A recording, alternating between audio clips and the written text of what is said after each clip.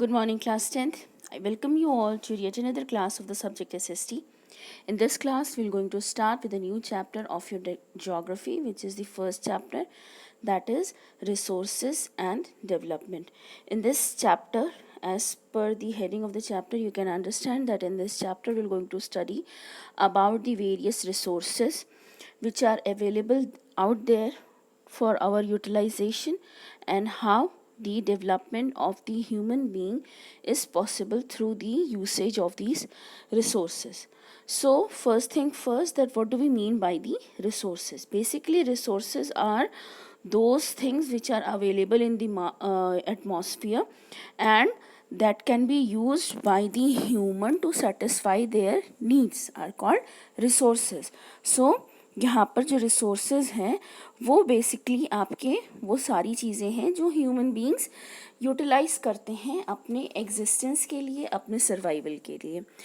In this you can see that there is an interdependent relationship between nature, technology and institution. Human being is also dependent upon physical environment, then human being is dependent upon the institutions and also on the technology.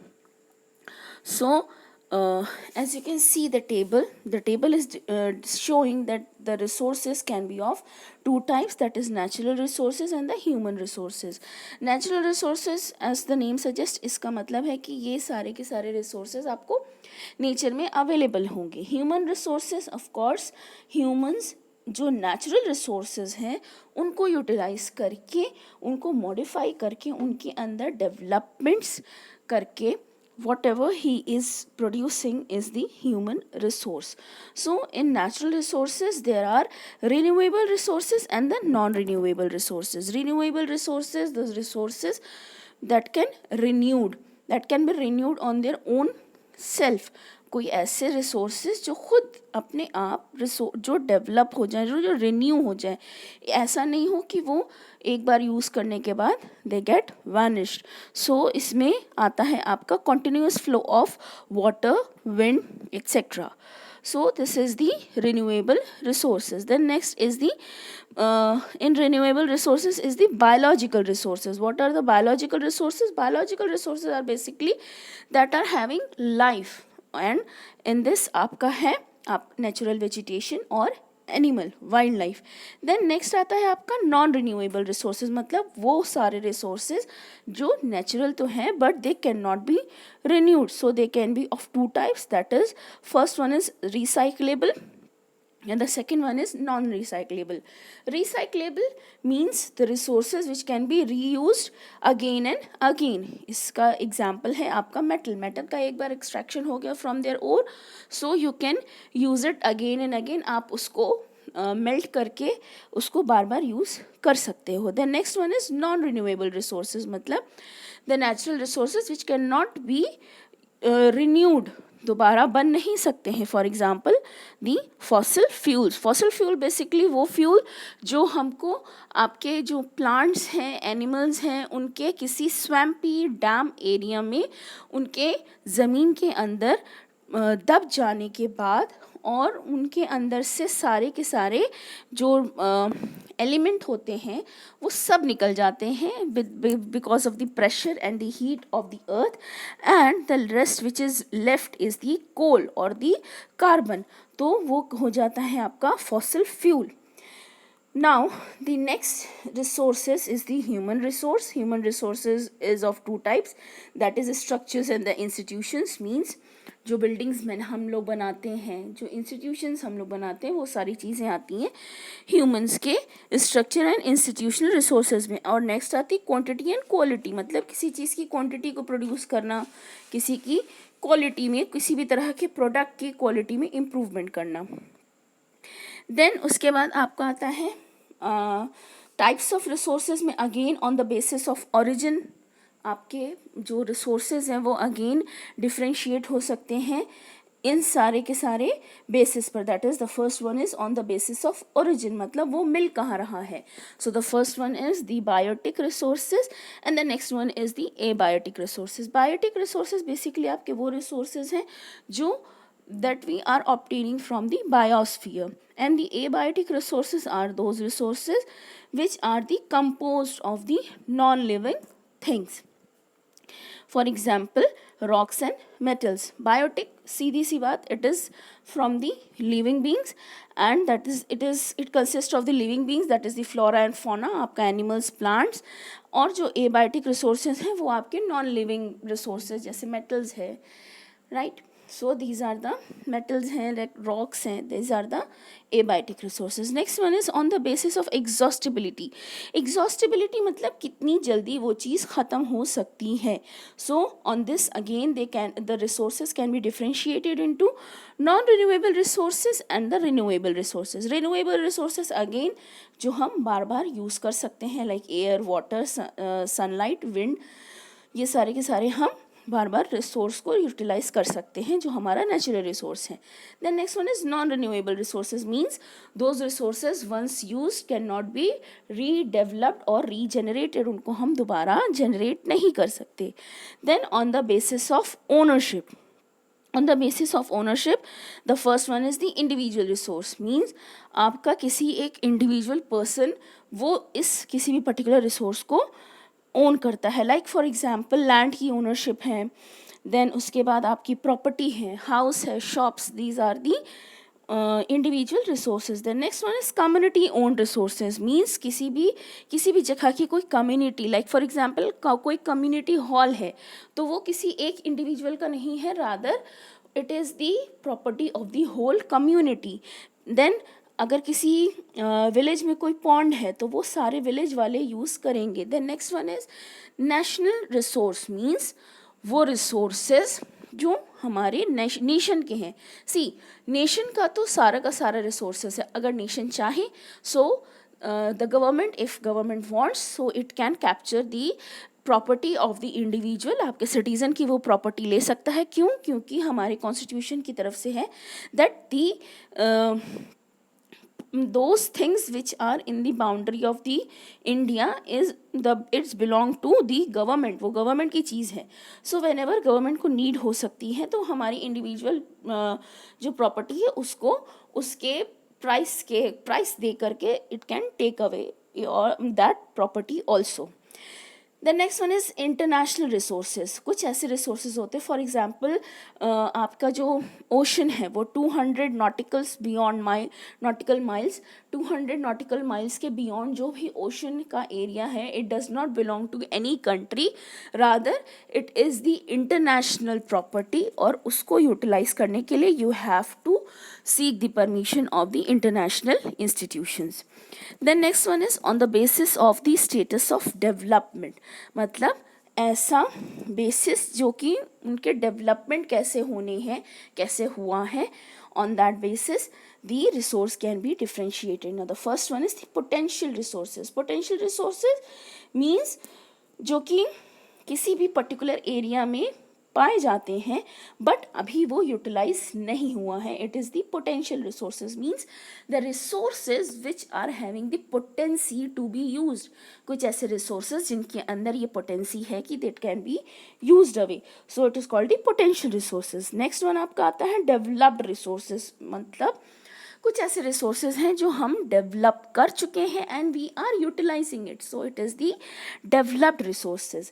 The next one is the stock. Stock means जो आपका material है वो environment में potency रखता है human beings की satisfaction के लिए, लेकिन अभी हमने उसको यूटिलाइज नहीं किया है. रिजर्व्स मीन्स कुछ ऐसे आप कह सकते हो it is the subset of the stock, मतलब स्टॉक का छोटा सबसेट है और इसके अंदर हम रिजर्व्स जो होते हैं ये हम ऑलरेडी इस्तेमाल कर रहे हैं और हमने उसको इस्तेमाल करने की टेक्निक्स डेवलप की हैं, तब हम उसको इस्तेमाल कर पाए हैं. Then next is the development of resources. What do mean by this? See जो रिसोर्सेज हैं वो are the vital thing for the survival of the human beings. हमारी लाइफ की क्वालिटी को मेंटेन करने के लिए हमको इन सारे रिसोर्सेज की ज़रूरत पड़ती है. कुछ ऐसे रिसोर्सेज हैं बेसिकली वो फ्री गिफ्ट ऑफ नेचर हैं, राइट, बट हम जो ह्यूमंस हैं वो हम उसको कह सकते हो कि उसका हम मिसयूज़ करते हैं, और जिस वजह से क्या हो रहा है, डिप्लीशन ऑफ रिसोर्सेज, मतलब रिसोर्स क्या हो रहे हैं, डिप्लीट हो रहे हैं, डिलीट हो रहे हैं, आप कह सकते हो, हमारे एनवायरनमेंट से। The next one is accumulation of resources in few hands, मतलब जो रिसोर्सेज हैं they are accumulated in few hands. मान लो कि कोई बड़ी कंपनी है हमारी कंट्री की, और उसने सारे के सारे, it is owning the all mines of our country. तो क्या है, हमारा जो माइंस का जो यू कैन से जो रिसोर्स है, it is being given to a single person, और वो ही उस पर पूरा अपना राज कर रहा है। एंड हम, इवन दो वो हमारे लिए फ्री ऑफ कॉस्ट होता, लेकिन उसकी प्रोसेसिंग करके वो जो इंडिविजुअल है वो बहुत सारा मुनाफा कमा रहा है।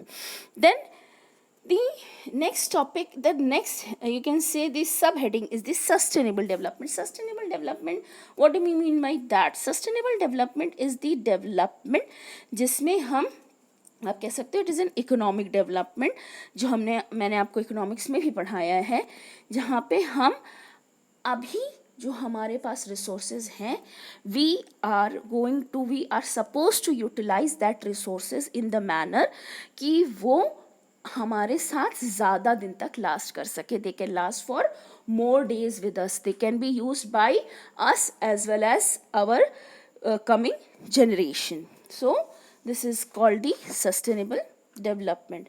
Then next thing is the resource planning. Of course, planning, it is being said, if you fail to plan, you are planning to fail. तो इसलिए हमको हर चीज़ में प्लानिंग की बहुत ज़्यादा ज़रूरत होती है। सिमिलरली, अगर आप रिसोर्स को भी यूटिलाइज कर रहे हो, so you have to plan the way in which you will going to use the resources, और उसको इस तरह से रिसोर्स को आप सस्टेनेबल वे में उसको यूज़ करो ताकि वो लॉन्गर पीरियड ऑफ टाइम के लिए चल सके।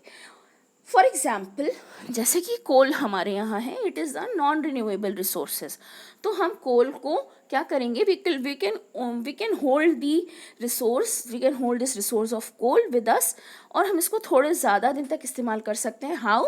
Bye using the renewable resources जो हमारे यहाँ हैं, जैसे air, wind, water, then sunlight. By using those resources, by using those things, we can create the, we can make energy, we can produce energy, and we can use those form of alternative form of energy, और इस तरह से हम अपने कोल का जो हमारे यहाँ रिजर्व है उसको हम बचा पाएंगे।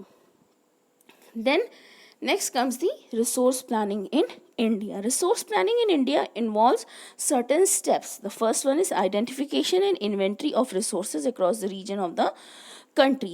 What does it mean? मतलब हमें किसी भी region का जो resource है उसको हमें identify करना है, then we have to keep the inventory. Inventory means वहाँ पे कितना है, कितना exist करता है वो resource, और फिर उसके बाद हमको उसमें बहुत सारे स्टेप्स इन्वॉल्व होते हैं, जैसे सर्वे करना, then we have to do the mapping कि कहाँ कहाँ कौन कौन सी जगह पर वो रिसोर्स है। देन आफ्टर दैट हम उसकी मैपिंग करने के बाद उसकी क्वालिटेटिव और क्वांटिटेटिव एस्टिमेशन करते हैं कि मतलब वो कितना क्वालिटी में कितना अच्छा है और क्वांटिटी में कितना ज़्यादा या कम है। Now the next step is the evolving a planning structure endowed with appropriate technology, skill and institution set up for implementing resource development plans. मतलब यहाँ पर हमें ऐसी टेक्निक्स को इस्तेमाल करना होगा जिससे ऐसे तरह से हमें प्लानिंग करनी होगी, और उस प्लानिंग में हमको we have to impose certain techniques, और उसको हमें उस पर्टिकुलर रिसोर्स को यूटिलाइज करने की टेक्निक को डेवलप करना होगा। Then next, the third step is matching the resource development plans with the overall national development plans. मतलब हम कोई भी रिसोर्स का डेवलपमेंट जब कर रहे हैं, उसमें R&D कर रहे हैं, रिसर्च एंड डेवलपमेंट करके उसको यूज़ करने की कोशिश कर रहे हैं। सो इन दैट केस हम देखेंगे कि हमारा जो रिसोर्स का जो डेवलपमेंट है वो हमारे नेशन के डेवलपमेंट से मैच कर रहा है या नहीं। देन उसके बाद आपका जो रिसोर्स हैं उसकी अवेलेबिलिटी बहुत ज़रूरी है. That is the availability of resource is necessary condition for the development of any region. ये हम सबको बिल्कुल अच्छे से पता है कि किसी भी रीजन का जो डेवलपमेंट है वो उसके वहाँ के रिसोर्सेज पे डिपेंड करता है. जो भी एरिया ज़्यादा रिसोर्सेज अपने अंदर रखता होगा it will be more developed area comparison to the other area around.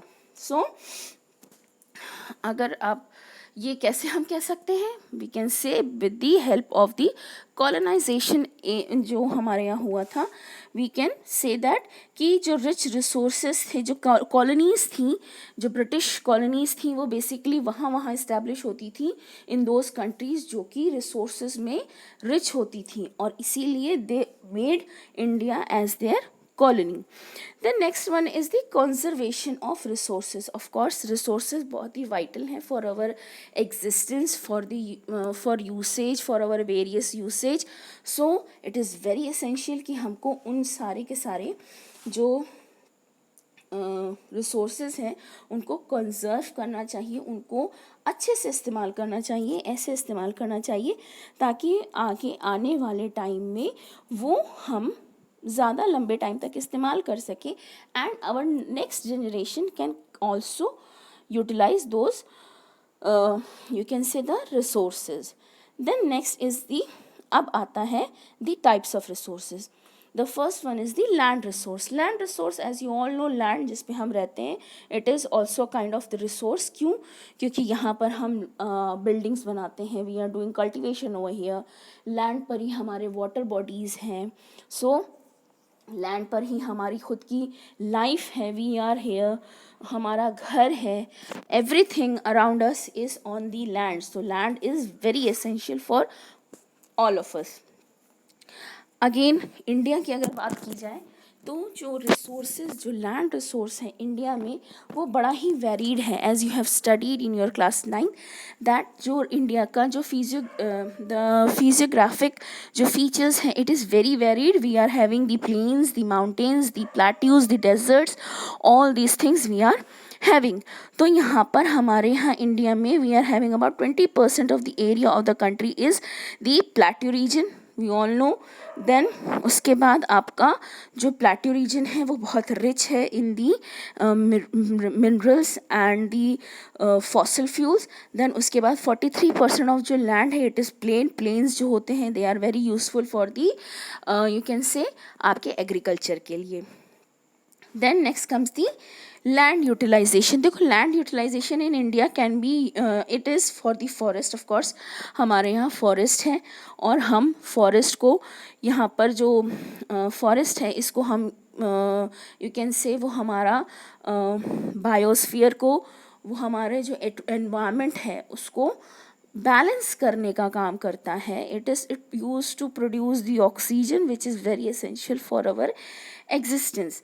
Then जो लैंड है वो आपके कल्टीवेशन के लिए भी यूज़ होता है. अगेन आपके जो कल्टीवेशन के लिए यूज़ होने वाले लैंड्स में कुछ ऐसे भी लैंड्स हो सकते हैं which is barren and wasteland. The next is the land that is put to non-agricultural usage, example building, roads, factories. मतलब हमारे कुछ जो lands हैं वो forest हैं, कुछ हमारे यहाँ barren and wasteland हैं. And the next one is the land on which the buildings and the roads and the factories are developed. Then other lands are the uncultivated lands. मतलब वहाँ पर आप कह सकते हो कि it is a permanent grazing land, एक pasture, जो पास्चर्स प्रोवाइड करने वाला, पास्चर प्रोवाइड करने वाला कोई लैंड है.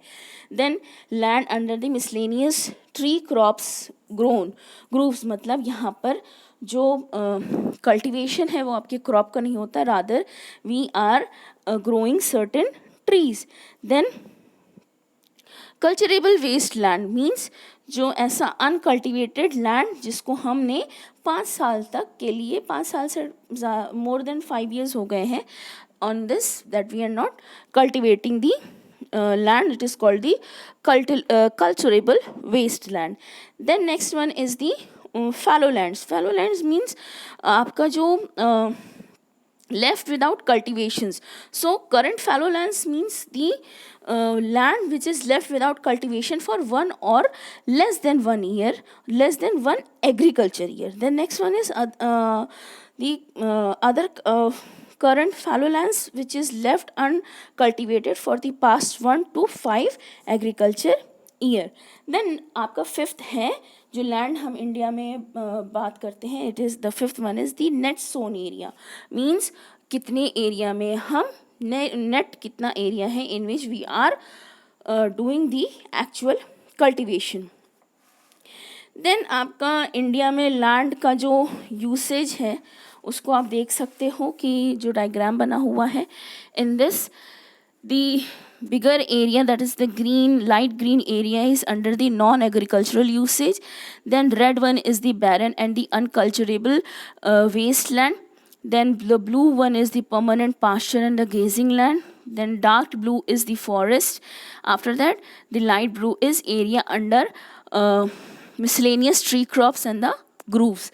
Then on the other hand, आपका जो right hand side में जो diagram hai, in this you can see the light green is for the cultivable wasteland. The next one is the fallow or other than current fallow lands, then the current fallow lands and the net sown area. So this is the percentage of these area. This is how the land of India is divided. So this is how we are dividing the land of India. Now next comes the land degradation and conservation measures. देखो जो हमारा land है, it is degrading. Why it is degrading? Because we are doing afforestation. We are cutting down the trees. हम forest को clean कर रहे हैं. Of course हमारे usage के लिए.